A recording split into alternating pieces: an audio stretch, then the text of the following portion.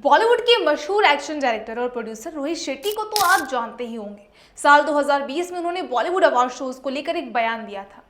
दरअसल उन्होंने कहा था कि जितने भी अवार्ड शोज होते हैं ये सिर्फ टीवी के शो होते हैं, सब कुछ पहले से ही स्क्रिप्टेड होता है, इसीलिए मुझे अवार्ड शोज में बिल्कुल भी विश्वास नहीं है।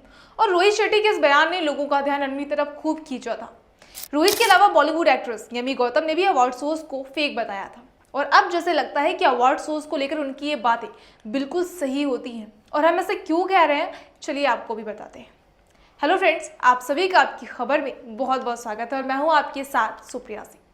तो अभी हाल ही में यूनाइटेड अरब अमीरेट्स के अबू धाबी शहर में बिग स्क्रीन के लिए सभी छोटे बड़े स्टार्स इकट्ठा हुए थे।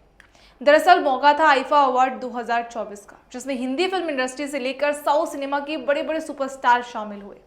इस इवेंट ने अबू धाबी की रौनक बढ़ा दी और स्टार्स की मौजूदगी ने इसे और खास बना दिया। इस अवार्ड शो को बॉलीवुड किंग शाहरुख खान ने एक्टर विकी कौशल और फिल्म मेकर करण जौहर के साथ मिलकर होस्ट किया था। और आईफा अवार्ड में सभी ने शानदार परफॉर्मेंस दी थी और इंडस्ट्री के बेस्ट आर्टिस्ट और डायरेक्टर्स को सम्मानित किया गया था। खैर, सब कुछ बहुत अच्छा गुजरा, लेकिन वो कहते हैं ना कि जहां कहीं कुछ अच्छा होता है तो वहां कुछ गलत होना भी लाजमी है।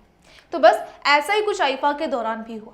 दरअसल कन्नड़ फिल्म निर्देशक हेमंत एम राव ने अबू धाबी के यास द्वीप पर हुए इस अवार्ड शो में अपना experience social media platform x पर शेयर किया। आपने इस पोस्ट में उन्होंने क्या क्या लिखा है, चलिए आपको भी बताते हैं। सबसे पहले तो हेमंत ने आईफा 2024 के ऑर्गेनाइजर्स पर ठीक से मैनेजमेंट ना करने का आरोप लगाया।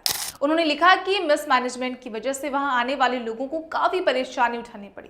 उनके मुताबिक इवेंट में ढंग की अरेंजमेंट्स नहीं थी, जिसके लिए सभी के लिए इनकन्वीनियंस हुई। इसके अलावा हेमंत राव बेस्ट डायरेक्टर का अवार्ड न मिलने पर भी भड़क उठे।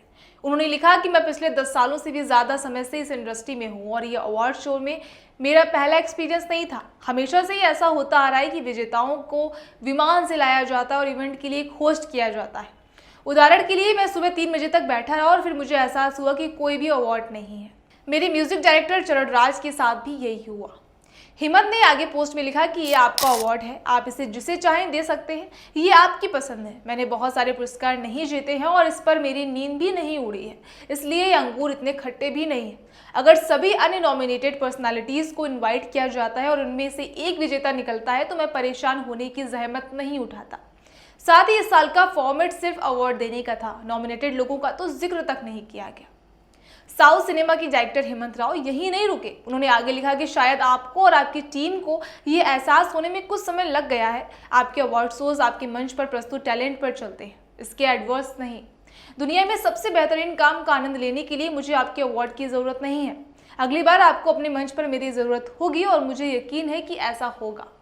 अपना पुरस्कार लें और ऐसी जगह रख दें जहां सूरज ना चमके। बहरहाल, हेमंत के गुस्से को देखकर लगता है कि वो आईफा ऑर्गेनाइजेशन से कुछ ज्यादा ही खफा है। इसके अलावा हेमंत की बातों से भी ऐसा लगता है कि वो आईफा वालों पर ये आरोप भी लगा रहे हैं कि आईफा में बॉलीवुड और टॉलीवुड के बीच भेदभाव होता है। बॉलीवुड वालों को ज्यादा अहमियत दी जाती है और टॉलीवुड वालों को घास तक नहीं डाली जाती है। खैर, हेमंत के इन आरोपों का क्या बनता है और उनके ये आरोप नेक्स्ट आईफा में कितनी तब्दीली लाता है, ये देखना बेहद अहम होगा।